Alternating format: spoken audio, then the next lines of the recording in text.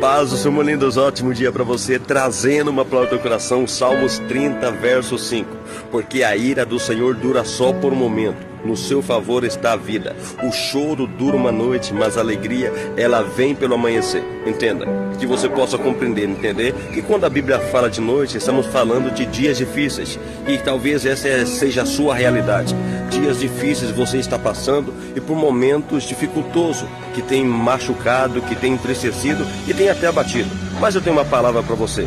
Como toda noite ela passa, assim essa fase passará também. Então, engrandeça o Senhor, porque essa noite vai se findar e um novo dia, trazendo uma nova esperança para a tua vida, vai raiar e o nome do Senhor vai ser glorificado. Então, engrandeça o Senhor, porque um novo dia está chegando sobre a tua vida. Ótimo dia, Deus abençoe.